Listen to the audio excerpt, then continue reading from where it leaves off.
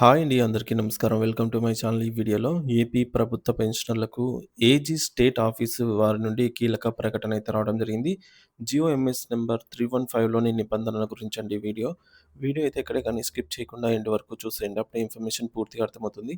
అలాగే వీడియో చూస్తున్న ప్రతి ఒక్కరు వీడియోకి లైక్ చేయండి ఫ్రెండ్స్. ఈ వీడియోని తోటి ఉద్యోగ పెన్షనర్ మిత్రులతో అయితే షేర్ చేయండి. కొత్తగా మన ఛానల్ చూస్తున్నవారు ఇంకా ఎవరైనా సబ్స్క్రైబ్ చేసుకున్నట్లయితే వెంటనే మన ఛానల్‌ని సబ్స్క్రైబ్ చేసుకోండి. సో, దీని ద్వారా నేను చేసే లేటెస్ట్ వీడియోస్ అన్నీ మీ వరకు రీచ్ అవుతాయి. ఇక ఆలస్యం చేయకుండా వివరాల్లోకైతే వెళ్ళిపోదాము.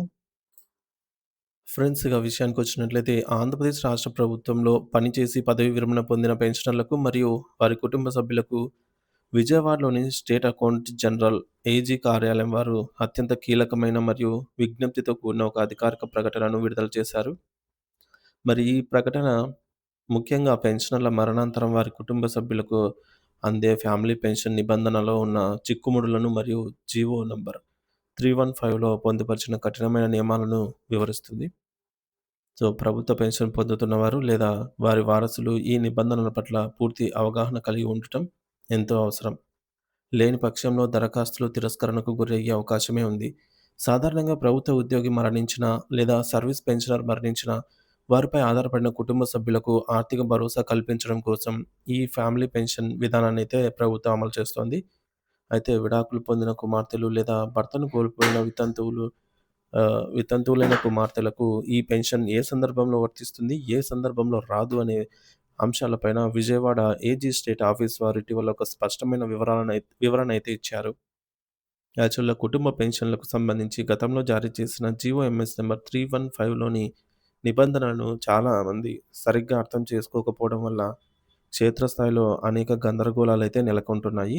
చాలామంది ప్రజలు మరియు పెన్షనర్ల కుటుంబ సభ్యులు ఏమనుకుంటున్నారంటే పెన్షన్ తీసుకునే తల్లిదండ్రులు ఇద్దరూ మరణిస్తే, ఆ తర్వాత విడాకులు తీసుకున్న కుమార్తెకు లేదా వితంతువు అయిన కుమార్తెకు ఆటోమేటిక్‌గా పెన్షన్ వచ్చేస్తుందని భావిస్తున్నారు. కానీ ఏజీ స్టేట్ ఆఫీస్ వారు ఈ విషయంలో చాలా స్పష్టమైన నిబంధనను గుర్తు చేశారు. సో, దీనిని వివరించడానికి వారు ఇటీవల తమ వద్దకొచ్చిన ఒక దరఖాస్తునే ఉదాహరణగా చూపారు. ఒక పెన్షనర్ 1982లో మరణించారు. ఆ తర్వాత ఆయన భార్యకు ఫ్యామిలీ పెన్షన్ అందుతూ వచ్చింది. అయితే ఆ పెన్షనర్ భార్య కూడా 2019లో మరణించారు. వారి కుమార్తె 2005లో తన భర్తను కోల్పోయి వితంతువుగా అయితే మారారు.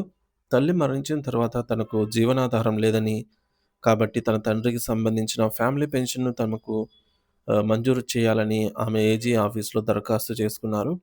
కానీ ఏజీ ఆఫీసు అధికారులు ఆ దరఖాస్తును నిశితంగా పరిశీలించి అది చెల్లుబాటు కాదని తేల్చి చెబుతూ వెనక్కి పంపారు.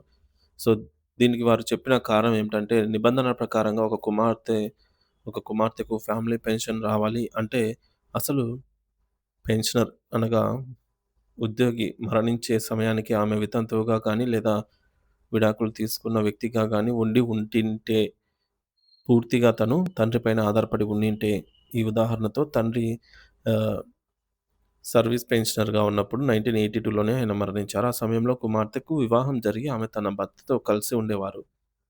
అంటే ఆమె తండ్రి పైన అప్పుడు లేరనమాట. డైరెక్ట్‌గా ఆధారపడి లేరు. ఆమె వితంతువు అయింది 2005లో అంటే తండ్రి చనిపోయిన చాలా కాలం తర్వాత.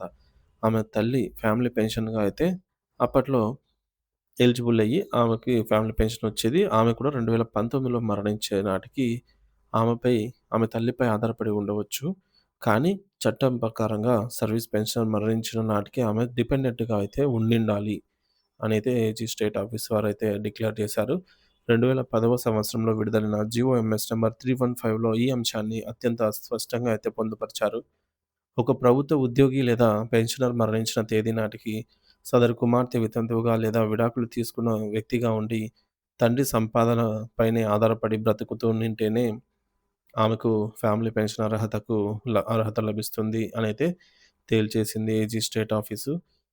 అలా కాకుండా తండ్రి బ్రతికున్నంత కాలం ఆమె సుమంగళిగా ఉండి, తండ్రి మరణించిన తర్వాత ఎప్పుడో వితంతువైతే, ఆ తర్వాత తల్లి కూడా మరణించాక పెన్షన్ కావాలని కోరితే అది చట్టవిరుద్ధం. చట్టబద్ధంగా సాధ్యం కాదు అనైతే తేల్చి చెప్పింది.